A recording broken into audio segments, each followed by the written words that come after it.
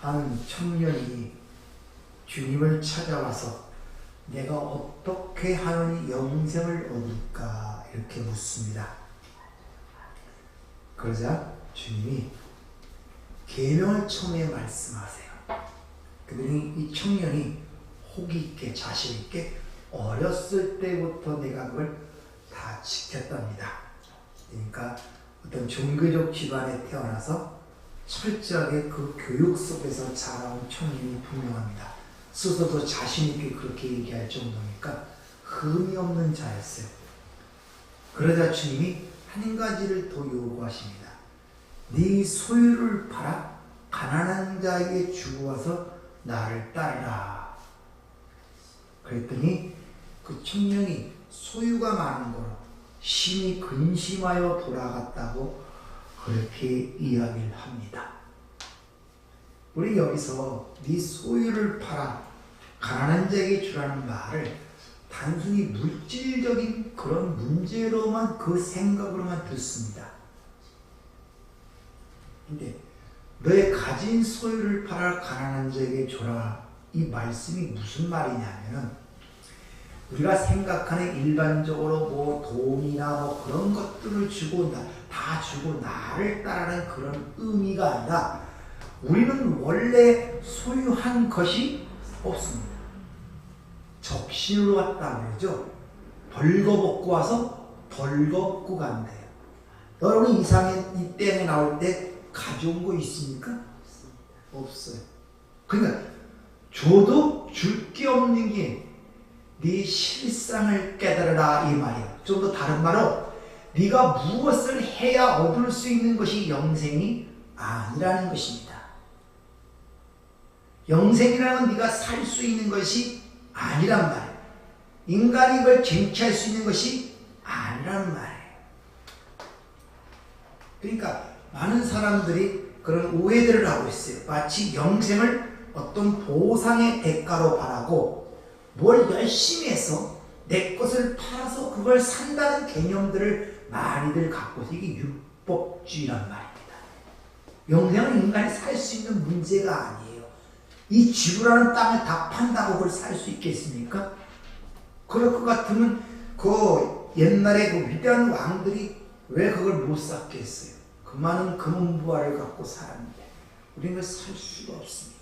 또 한 가지는 영생이라는 개념들을 우리 한시적 인생을 사는 저희들에게는 이해가 되지 않아요. 단순히 길게 사는 것, 장수하게 길게 사는 것. 길게 살기를 원하신다면 여러분 지금 그 몸을 갖고 만년을 살면 어떻게 되겠습니까? 다 빠져요. 그 몸 갖고 뭐 오래 살면 다 빠진다니까요. 이 몸 갖고 1000년도 못 살아. 이 몸이요. 100년 살아도 다 늙어갖고선 흐들흐들하니 무슨 1000년을 삽니까? 그러니까 단순히 오래 사는 그런 개념으로만 갖고 계시면 안 돼요. 그래서 영생이란 말은 뒤에가 붙는 게 있어요. 복락이라는 말이 있습니다. 그러니까 우리는 지금 이 땅에 살면서 내가 지금 가장 행복한 상태로 오래 사는 거라고 얘기하지만 자 생각을 해요. 여러분이 지금 이 땅에서 생각하는 가장 행복한 상태를 주셨다 그래. 돈도 많고 아무 걱정도 없고 그게 지속되고 한 10년만 지속되면 행복할 것 같습니까? 안 행복해요. 인간은 같은 아무리 좋은 상태에서 시간이 지나면 거기서 절대 만족할 수 없는 존재가 인간입니다. 권태감이 생기고 지루함이 생기고 또 새로운 것을 바라게 되는 것이 인간이란 말이에요. 근데 마치 우리가 지금 내가 좋아지는 상태가 오래 지속되면 행복할 것 같은 생각들을 갖고 있는 개념에서 영생을 생각하고 있단 말이에요. 영생은 그런 게 아닌 것입니다. 지금 우리가 갖고 있는 이 육의 상태, 사르크스, 이 흙에서 나온 육으로는 그걸 감지할 수가 없어요. 알 수도 없거니와. 그래서 새로운 걸 줘야 되는데 니들이 알 수 없기 때문에 하나님께서 뭡니까? 우리에게 하나님과 그의 보내신 자 예수 그리스도를 아는 진리가 너희 안에 있는 그것이 영생이라고 설명하십니다. 이걸 잘 아셔야 돼요. 제가 부활절날 설명을 드렸죠? 부활이라는 것은 누가 본 것을 아무리 증거해도 믿어지지, 그런 걸로 설명될 수 있는 문제가 아니에요. 여러분, 어느 사람 부활한 걸 가서 누구한테 얘기해도 그 사람들이 그 이해하고 믿을 것 같아요? 안 믿어요. 헛것봤다 그러죠.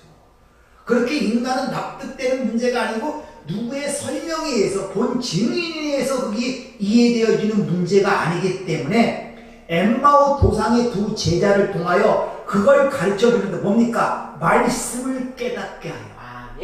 근데 그 깨닫게 되자 눈에 보이는 주님이 안으로 들어가 버리죠. 연합된 상태에서만 그게 감지가 되고 인식이 될 수 있습니다. 그래서 하나님께서 보혜사 성령을 여러분 안에 내주하도록 보내신 거예요. 그런 자만이 감지가 될 수 있어요. 영생도 마찬가지입니다. 근데 우리는 그리스도인들이 대부분 많은 것들을 용서 또는 선한 삶을 사는 데는 많은 신경을 쓰고 생각들 하는데 우리에게 주어진 영생이라는 것은 별로 그렇게 관심이 없어요. 그러다 보니까 삶이 영생의 삶이 아닌 육의 삶이 되는 거예요. 그러니까 노다지 용서를 받아야 되고 노다지 용서를 해야 되고 끊임없이 선한 행위를 해오면서 자기의 어떤 그런 가치와 기준을 세우려는 신앙생활에 아주 압박감이 생깁니다. 사도 이 요한 1서를 쓰는 것이 사도 요한인데 이 사도 요한이 요한복음도 썼죠. 요한복음 마지막 부분에 이런 말씀이 있습니다. 요한복음 20장 30절에 보면 예수께서 제자들 앞에서 이 책에 기록되지 않은 다른 표적도 많이 행하셨으나 오직 이것을 기록하면 너희로 예수께서 하나님의 아들 그리스도심을 믿게 하려 하며 또 너희로 믿고 그 이름을 힘입어 생명을 얻게 하려 함이니라. 확실하게 얘기를 하면 이것을 너희에게 쓰는 것은 예수 그리스도가 하나님의 아들을 믿는 그 믿음을 통하여 생명을 얻게 함이라. 주님도 친히 말씀하시죠. 요한복음 10장 선한 목자에 대해 내가 온 것은 양들로 생명을 얻게 하고 그 생명을 더 풍성케 하기 위해서 이 땅에 왔다고 주님이 친히 우리에게 가르치는 말씀이 거기에 있단 말입니다. 따라서 여러분이 가장 먼저 여러분이 기억하고 확인하고 확신해야 하는 문제는 예수가 하나님의 아들이시라는 믿음을 절대 잃으면 안 된다는 것입니다. 즉 확실을 해야 된다는 것이죠. 그래서 사도 요한은 요한일서를 기록하면서 그분이 하나님의 아들이신데 그분이 바로 세상의 구주라는 내용을 그 앞에서 얘기하고 그분이 오늘 본문을 통하여 그분이 바로 우리의 생명이라는 사실을 다시 반복하여 우리에게 강조해 보여주고 있다는 것입니다. 주님도 말씀하셨죠. 내가 없이는 너희는 아무것도 할 수 없다는 거예요. 여러분 삶 속에서 그걸 깨달아 가는 거예요. 자꾸 실패하고 잘못되고 하는 일들이 뭐냐? 나 없이는 안 된다는 걸 가리키는 거예요. 그래서 우리 인생이 늙어가면서 점점 소멸돼 가지 않습니까? 육신도 아파지고 모든 게 사라지지 않습니까? 우리를 붙잡고 있으려고 그러잖아요. 그걸 이제 근데 우리 힘으로 그게 안 되잖아요. 오죽하면 오는 세월을 도끼로 막을 수 없다는 그런 속담이 생겼겠습니까? 왜 그렇게 만듭니까? 네? 나 없이는 너희는 안 된다는 거예요. 네가 아무리 돈을 많이 갖고 세상에 부자라 할지라도 권력을 갖고 있는 왕이라고 할지라도 안 된다는 거예요. 그걸 죽음을 통해 보여주는 거예요. 그들도 죽어가잖아요. 니들 그걸로 안 된다는 거예요. 나만이 생명이라는 것입니다. 따라서 그 예수 그리스도가 생명이라는 걸 믿는 자들은 여러분의 삶의 위치에서 절대적 위치를 차지할 수밖에 없어요. 우리가 육적인 생명도 이 땅에 살면서 최고 아닙니까? 이 생명보다 귀한 것이 세상에도 없잖아요. 마찬가지로 그분이 영원한 생명이라면 우리 삶 속에 절대적 위치에 있는 게 당연하단 말입니다. 그 가치를 안다면은. 근데 그걸 우리가 모르니까 영생을 가졌다는 걸 모르니까 누리지를 못하고 소멸되는 것에 자꾸 모든 걸 빼앗기고 있다는 것입니다.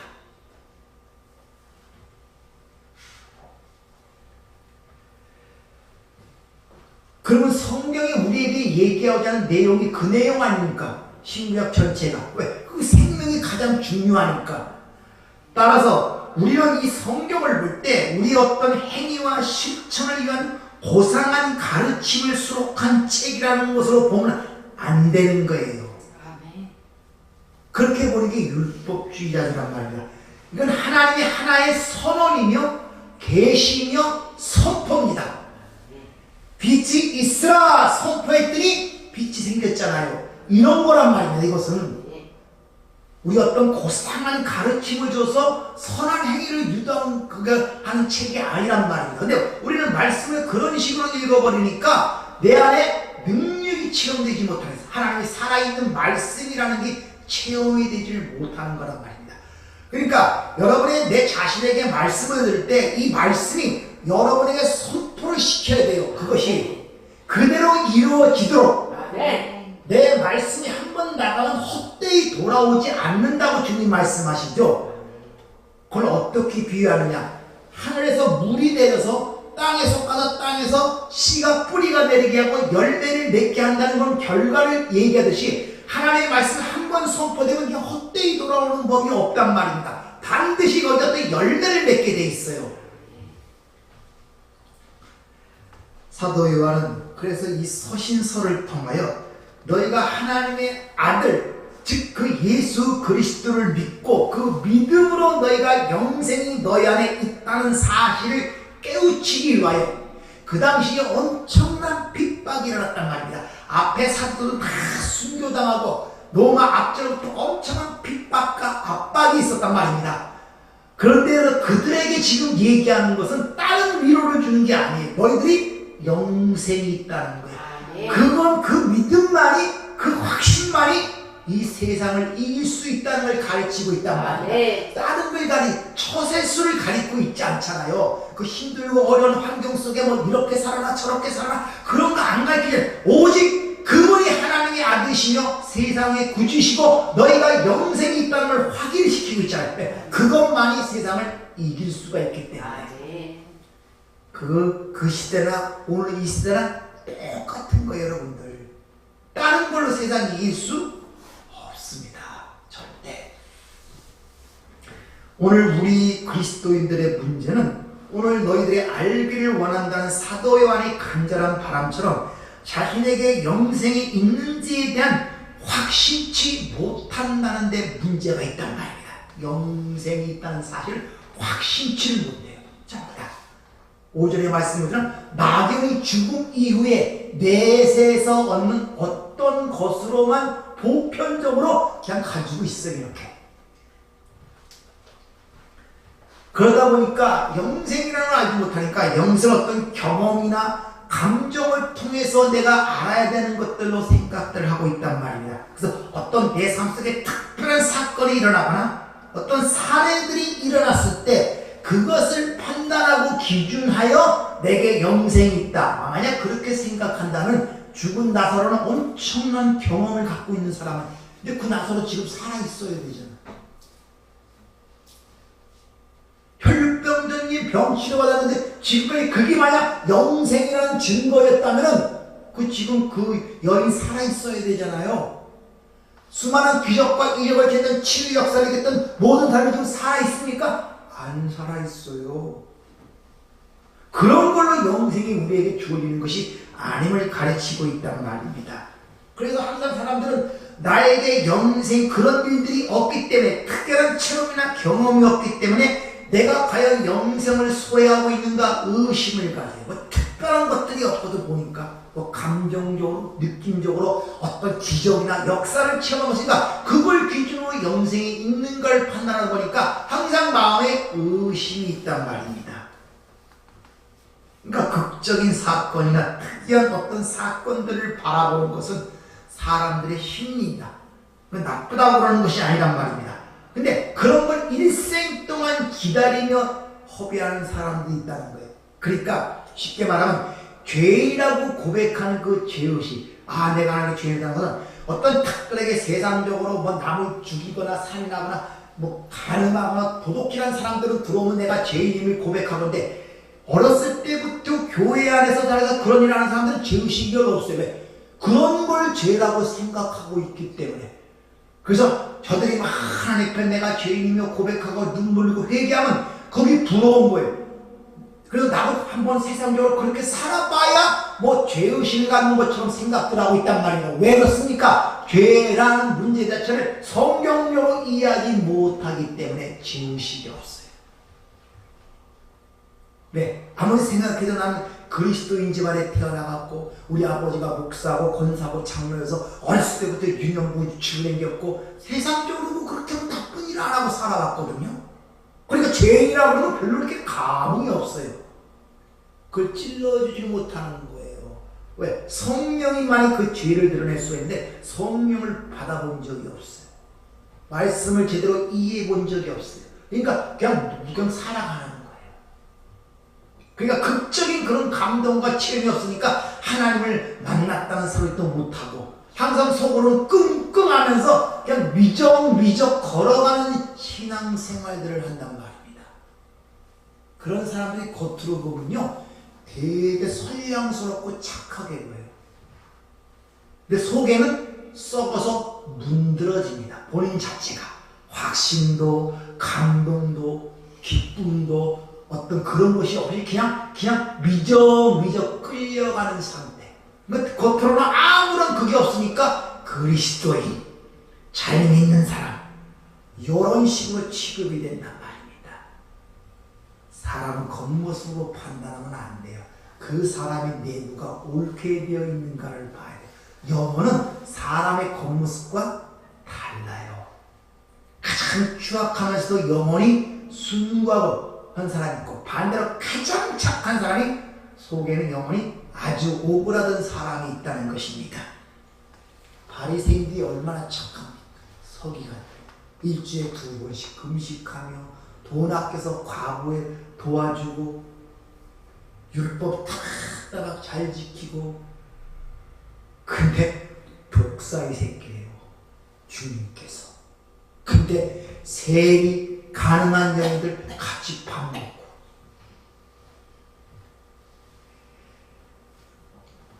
구원은 우리의 느낌이나 경험에 의해서가 아니라 오직 하나님의 은혜로 믿음에 구원받는 것이 철칙입니다.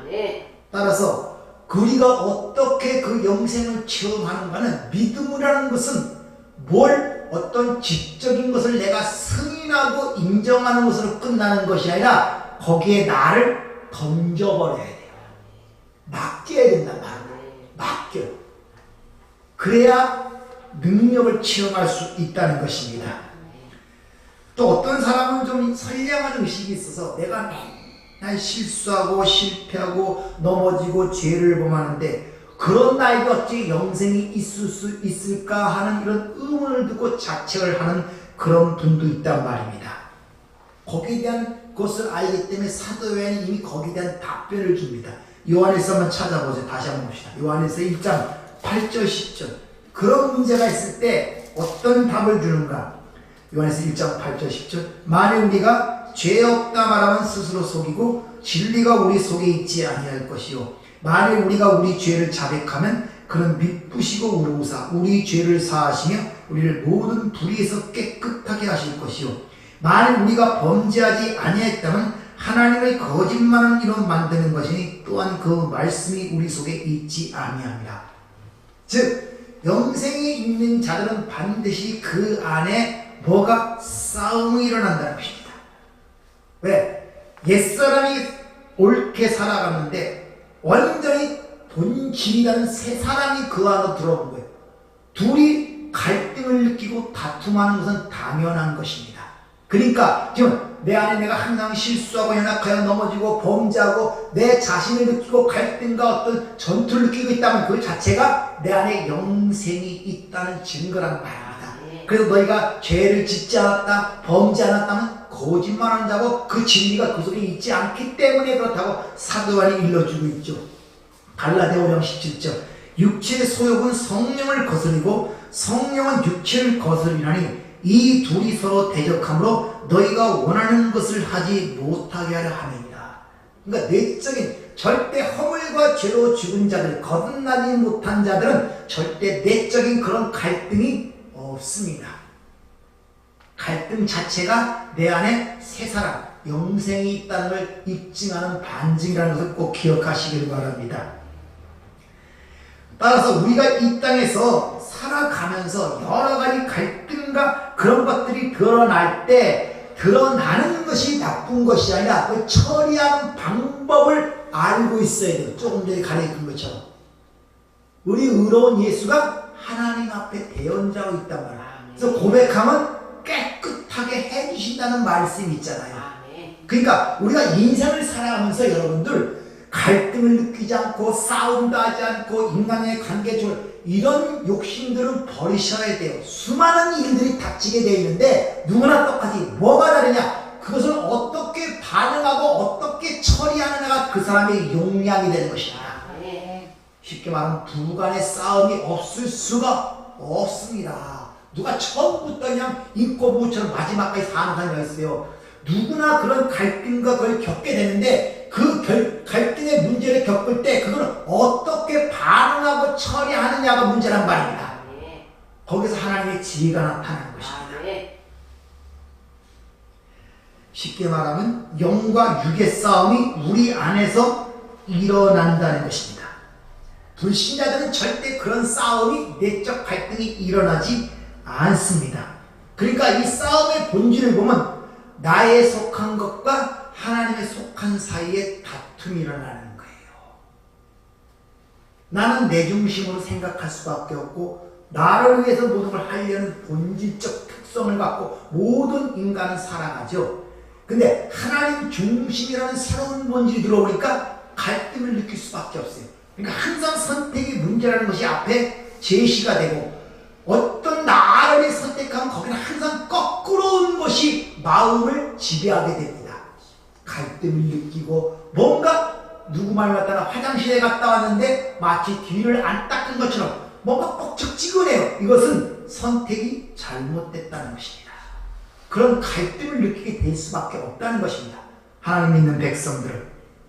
또 어떤 사람들은 복음을 잘못 이해하고 세상의 성인들, 도덕적 탁월한 삶을 사는 사람들이 굉장히 많죠. 성인이라고 칭하는 사람들, 위인이라고 칭하는 사람들, 도덕적으로 탁월한 인생을 산 사람들이 많습니다.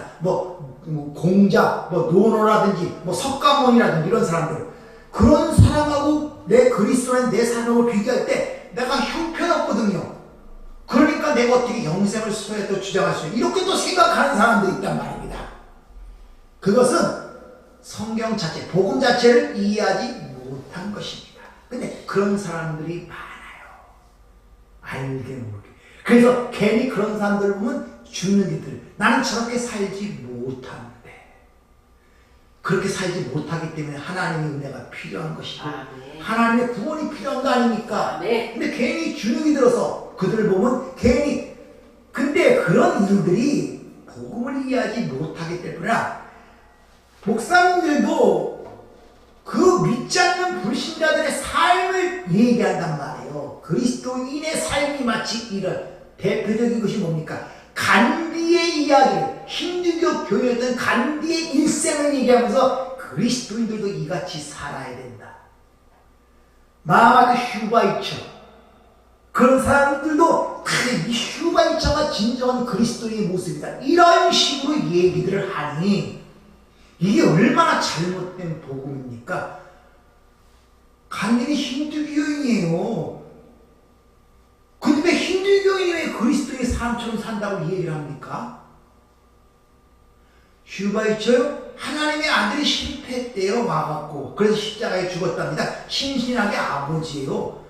그 사람이 그런 예수의 구속사역을 부인하는 사람의 그 행위를 갖다가 무슨 그리스도의 삶의 모범으로 얘기해 주냔 말이에요. 이런 답답한 일들을 하고 있으니 속이 우라통이 터지는 거예요. 그런 거 보면 아무런 분별 없이 받아들이는 거예요. 이런 것들 1차적으로 복음이 뭔지를 모르는 분들이 그렇단 말입니다. 그러나 우리는 많은 어려움들이 있지만 앞에서 아이들아, 청년들아, 아비들아 그러죠. 성장의 과정이 있어요. 여러분 예수 믿고 바로 어른 안 됩니다.